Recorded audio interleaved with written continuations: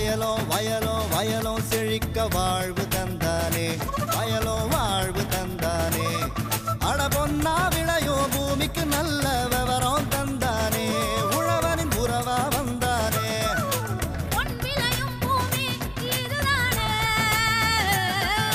வயலோ வயலோ வயலோ செழிக்க வாழ்வு தந்தானே, வயலோ வாழ்வு தந்தானே. அட பொன்னா விளையோ பூமிக்கு நல்ல விவரம் தந்தானே, உழவனின் உறவா வந்தானே. தந்தன தந்தன தன தந்தானே, மங்களம் பொங்கிட துணை வந்தானே. தந்தன தந்தன தன தந்தானே, மங்களம் பொங்கிட துணை வந்தானே. மாத்தி யோசிச்சேங்க. திருவண்ணாமலை மாவட்டம் பெரும்பாக்கம் சாலை எம்ஜிஆர் நகர் பகுதியை சார்ந்த பண்ணையாளர் எம் விஜயராஜ். பால் உற்பத்தியினை தொழிலாக கொண்ட இவர் இம்மாவட்ட கால்நடை பல்கலைக்கழகத்தின் ஆராய்ச்சி மற்றும் பயிற்சி நிலையத்தின் ஆலோசனையோடு தொழில்நுட்பங்களை புகுத்தி கடந்த 5 ஆண்டுகளாக சுமார் 60க்கும் மேற்பட்ட எருமை மற்றும் பசுமாடுகளை சுகாதாரமான முறையில் வளர்த்து வரும் இவரின் முன்னேற்ற செய்திகளை கேட்டபோது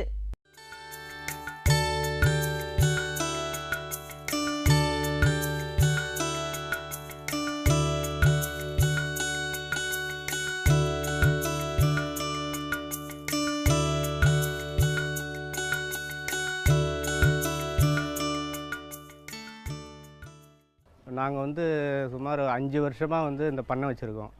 ஃபஸ்ட்டு வந்து ஒரு 25 மாடு வாங்கினோம். அதுக்கப்புறம் வந்து அப்படியே பராமரிப்புலேயே வந்து 50 மாடு ஆகணும். அப்புறம் இன்னும் 10 மாடு சேர்த்து வாங்கலாம்னு சொல்லி வாங்கினோம். வாங்கிட்டு அந்த மாட்டுக்கு வந்து காலையில் வந்து 9 மணிக்கு மேலே வந்து தொட்டி போடணும். மாட்டுக்கு தொட்டி போட்டோம்னா எல்லா மாட்டுக்கும் வந்து தொட்டி போட்டு முடிஞ்ச உடனே எல்லாமே வந்து எல்லா மாட்டையும் கழுவணும்.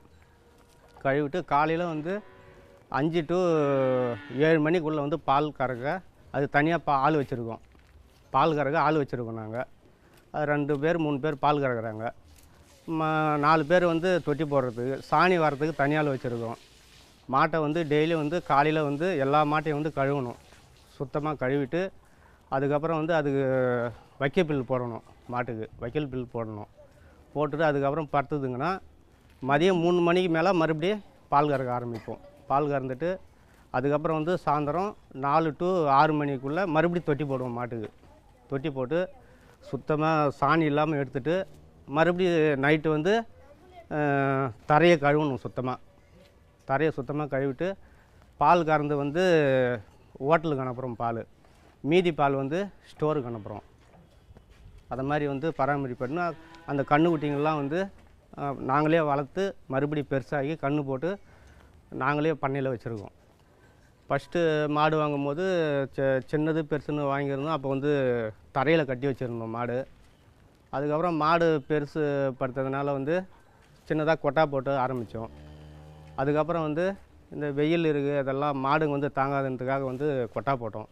கொட்டா போட்டு அதை மாதிரி பராமரிப்பு செய்து அந்த கோமியெல்லாம் வந்து காரத்தரை போட்டு கோமியை வந்து காவாயில் போகிற மாதிரி ரெடி பண்ணி சுத்தமாக வச்சுருந்தோம். வாரத்துக்கு ஒரு வாட்டி வந்து ப்ளீச்சிங் பவுடர் போட்டு சுத்தமாக கழுவோம். தரையை வந்து கழுவுவோம். பால் கறக்கும் போது வந்து மடியை வந்து சுத்தம் செய்து அதுக்கப்புறம் பால் கறப்போம். காலையில் தொட்டி போடும் போது வந்து எஸ்கேம் ஒரு மூட்டை வந்து 1300 மூட்டை. அது அந்த மூட்டையில் வந்து கறவல் மாட்டுக்கெலாம் வந்து அதுக்கு ஏற்றாப்ப 4 படி 3 படி போட்டு அதுக்கு வந்து கடலை போட்டுன்னு விற்கிறாங்க மூட்டை. அந்த மூட்டையும் அதை கலப்படம் பண்ணி புண்ணாக்கு தண்ணி கலந்து ஊற்றி உப்பு கொஞ்சம் போட்டு அதுக்கப்புறம் வந்து தண்ணி பிடிப்போம். பச்சை தண்ணி பிடிச்சி ஒவ்வொரு மாட்டாக பிடிச்சி தொட்டியில் கட்டுவோம். கட்டி அதுக்கப்புறம் வந்து 3 மாதத்துக்கு ஒரு வாட்டி வந்து மாட்டுக்கு வந்து தடுப்பூசி போடுவோம். கன்று போட்ட மாடு அதுக்கெல்லாம் வந்து அதுக்கு தனியாக தொட்டி வைப்போம். கன்று போட்ட மாட்டுக்கு வந்து அந்த கோதுமை தவிடு துவர நோயின்னு இருக்குது. அதை வச்சு அதுக்கு வந்து எள்ளு புண்ணாக்கு தண்ணி வைக்கிறோம். அதை வச்சு அதெல்லாம் வந்து பராமரிப்பு செய்து மாட்டுங்களை வந்து நல்லா ஆரோக்கியமாக நல்லா வச்சுருக்கோம் மாட்டை வந்து. அடுத்து வந்துங்க எருமை மாடு வந்து ஒரு 25 மாடு வச்சுருக்கோம். அந்த மாடு பார்த்திங்கன்னா அது வந்து பனியில் வந்து மழை காலத்தெல்லாம் வந்து அது எந்த பிரச்சனையும் கிடையாது. அதுக்கு வந்து அடிக்கடி வந்து நோய் நொடி எதுவும் வராது. அதுக்கு வந்து வெயில் வந்து அதிகம் படக்கூடாது எருமை மாட்டுக்கு வந்து. அது என்ன பண்ணு கேட்டிங்கன்னா காலையில் வந்து அதுக்கு தொட்டி போட்டுட்டு அது எது போட்டாலும் அது சாப்பிடும். பசு மாடு மாதிரி இல்லை, அது சாப்பிடும். சாப்பிட்ட பிறகு தண்ணி இருக்கிற குளமாக பார்த்து அதை ஓட்டி விட்டோம்னா அந்த தண்ணியில் போய் 1 மணி நேரம் வீழ்ந்து எழுந்திரிச்சு அதுக்கப்புறம் வந்துடும்.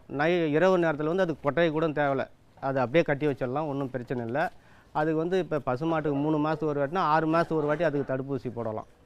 இந்த எருமை பால் பார்த்திங்கன்னா அது வந்து திக்னஸ் அதிகமாக இருக்கும். அது வந்து பசுமை மாட்டு பாலை விட எருமை மாட்டு பால் வந்து விலை அதிகம். அது வந்து திருவண்ணாமலை மாவட்டத்தில் கால்நடை பயிற்சி மையத்தில் வந்து இந்த பசுமாடு வளர்ப்பு, எருமை மாடு வளர்ப்பு, ஆடு வளர்ப்பு இந்த பயிற்சி முகாமில் வந்து சொல்லியிருக்காங்க.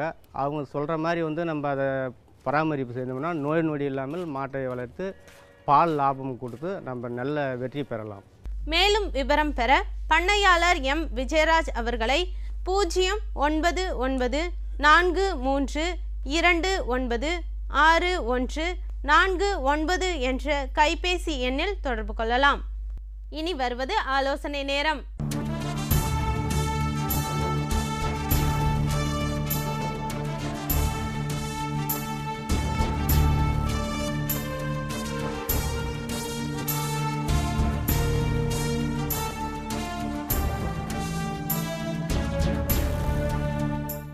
மேற்கு தொடர்ச்சி மலையிலிருந்து சுமார் 1200 மீட்டர் உயரம் கொண்ட மிதவெப்ப மலைப்பகுதிகளில் ஜூன் ஜூலை ஆகிய மாதங்களில் பயிர் செய்யக்கூடிய தோட்டப்பயிர்களில் காபி சாகுபடியாகும்.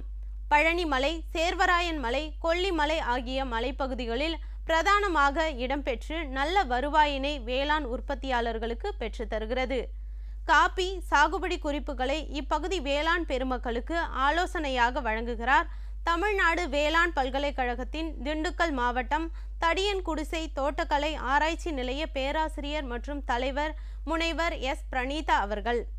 இன்றைய ஆலோசனை நேரம் நிகழ்ச்சியில் நம்ம மிதமலை பகுதியில் பயிராகக்கூடிய காஃபி பயிரில் பின்பற்ற வேண்டிய சாகுபடி குறிப்புகளையும்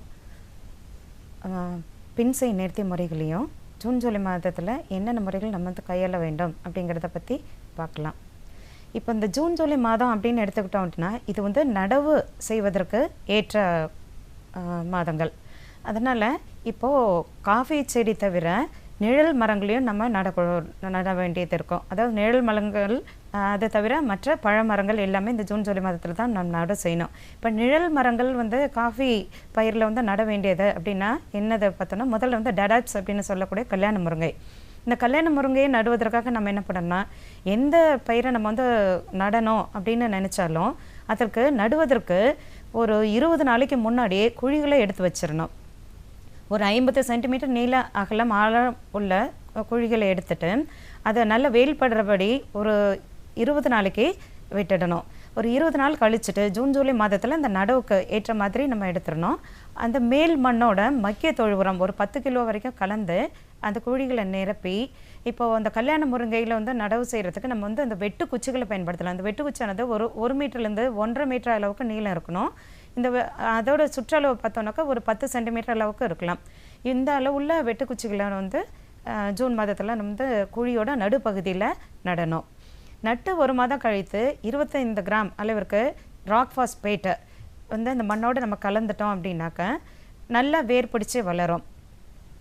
அதற்கு அடுத்தபடியாக நம்ம இப்போ வந்து முக்கிய நிழல் மரங்கள் என்னென்ன அப்படின்னு பார்த்தோன்னா பலா நடலாம். அதற்கப்புறம் மலைச்சவுக்கு சில்வர் ஓக் அப்படின்னு சொல்லக்கூடிய மலைச்சவுக்கு நடலாம். அப்புறம் மலை வேம்பு நடலாம். அதுக்கப்புறம் ஆரஞ்சு மரங்களை நடவு செய்யலாம். அவகேடோ பழங்களை நடவு செய்யலாம். அப்புறம் இந்த பார்டர் பகுதியில் அதாவது இந்த வேலி பகுதியில் வேலி ஓரங்கள்லாம் வந்து காற்று அதிகமாக உள்ள பகுதிகளில் கண்டிப்பாக நம்ம வந்து காற்று தடுப்பான்களை நட்டாகணும். அதற்காக வந்து மலைச்சவுக்கு மற்றும் இலவம் பஞ்சு மரங்களை இந்த வேலி ஓரங்களை நம்ம நட்டுட்டு வந்தோம்னா அது வந்து காற்று தடுப்பான்களை பயன்படுத்தப்படும். இது தவிர இப்போ நம்ம காஃபிக்கு நடவு செய்கிறது அப்படின்னு பார்த்தோம்னா இந்த மிதமலை பகுதியில் அரேபிகா காஃபி வந்து பயிர் செஞ்சுட்டு வராங்க. அதற்கு வேண்டிய இடைவெளி அப்படின்னு பார்த்தோன்னா பயிர் செய்ய வேண்டிய இடைவெளி வந்து 1.8 மீட்டர், அதாவது 6 அடிக்கு 6 அடி அளவில் இடைவெளியில் நம்ம வந்து குழி எடுத்துடணும். நம்ம இப்போ ஏற்கனவே பார்த்த மாதிரி குழிகளை வந்து ஒரு 20 நாளைக்கு முன்னாடி எடுத்து வெயில் படுறபடி வச்சிடணும். இது இல்லாமல் இது வந்து புதுசாக நட வேண்டிய காஃபி செடிங்களுக்கு. இது இல்லாமல் நம்ம ஏற்கனவே காஃபி நட்டிருக்க தோட்டத்தில் என்ன பண்ணணும்னு பார்த்தீங்கன்னாக்க அந்த காஃபி தோட்டத்தில் நட்டிருக்க அந்த செடிகளில் வந்து அதிகப்படியாக நோய் தாக்கியிருந்தாலோ அதிகப்படியாக பூச்சி தாக்கி அந்த செடிகள் வந்து வாடி போய் காஞ்சு போய் இருந்தது அப்படின்னா அந்த செடிகளையும் நம்ம நீக்கிட்டு புதியதாக அந்த பயிர் பண்ணலாம். அல்லது புதிதாக நம்ம காஃபி தோட்டம் உருவாக்கணுன்னாலும் இந்த மாதம் தான், ஜூன் ஜூலை மாதம் தான் நடவு கயிற்றுது. இப்போ நம்ம குழிகளை வந்து எடுத்து வச்சிட்டோம். இந்த குழிகளோட நம்ம என்னென்ன சேர்க்கணும் அப்படின்னு பார்த்தா, மேல் மண்ணோட நம்ம வந்து மக்கிய தொழு உரம் 5லேருந்து 10 கிலோ அளவுக்கு அதை வந்து கலக்கணும். அதே தவிர 1/2 கிலோ அளவிற்கு வேப்பம் பிண்ணாக்கு சேர்க்கணும். அப்புறம் ஃபியூரடான் குருணை மருந்து வந்து ஒரு 40 கிராம் அளவிற்கு இதெல்லாம் நல்லா ஒன்றா கலந்துட்டு இந்த குழிகளை நெரிச்சு குழிகளோட நடுப்பகுதியில் நம்ம நடணும். நம்ம நடவுக்கு தயார் பண்ணக்கூடிய செடிகளை வந்து எவ்வளோ இருக்கணும் அப்படின்னு பார்த்திங்கன்னா, அந்த செடிகள் வந்து 1.5 வயதாக இருக்கணும். அந்த 1.5 வயதான செடிகள் தான் நடப்படுவதற்கு வந்து ஏற்றது. இந்த செடிகளில் உள்ள பாலித்தீன் பைகளை நீக்கிட்டு அதோட ஆணிவேர் அந்த நுனி பகுதியை கிள்ளி எடுத்துடணும். மேலும் அந்த தாய்மண்ணை சேதமடையாமல் அந்த குழியோட நடுப்பகுதியில் வச்சுட்டு அந்த கிளை, அதாவது வேர் பகுதி, மற்ற வேர்களே எல்லாம் நல்ல பக்கவாட்டில் படர்ந்துருக்கிற மாதிரி பரப்பி வச்சு இந்த குழியில் எல்லா கலவையும் சேர்த்து அதற்கப்புறமா குழியை வந்து நெரிச்சிடணும். காஃபியோட தண்டு பகுதியிலிருந்து பக்கத்தில் வளரக்கூடிய முக்கிய கிளைகளில் பார்த்தோன்னா அதை சுற்றி ஒரு 15 சென்டிமீட்டர் சுற்றளவுக்கு எந்த விதமான கிளைகளும் வந்து இருக்கக்கூடாது.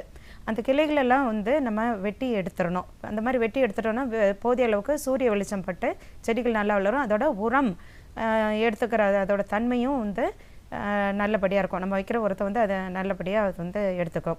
அடுத்தது நாற்றங்காலில் நம்ம கவனிக்க வேண்டியது என்னென்னா, காஃபி நாற்றங்காலில் அதிகப்படியாக தண்ணீர் தேங்கி நிற்கக்கூடாது. மழை காலமாக இருக்கிறதுனால தண்ணீர் தேங்கி நிற்காமல் நல்ல வடிகால் வசதி கொடுத்துருக்கணும்.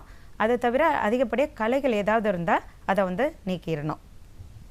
இந்த முறைகள் எல்லாம், இந்த சாகுபடி குறிப்புகளும் அந்த பின்சை நேர்த்தி முறைகளும் நீங்கள் கடைப்பிடிச்சு நல்ல அதிகப்படியாக மகசூல் எடுக்கும்படி கேட்டுக்கொள்கிறேன். மேலும் விவரங்கள் பெற முனைவர் எஸ் பிரணீதா அவர்களை 0454222225 என்ற தொலைபேசி எண்ணுடன் தொடர்பு கொள்ளலாம்.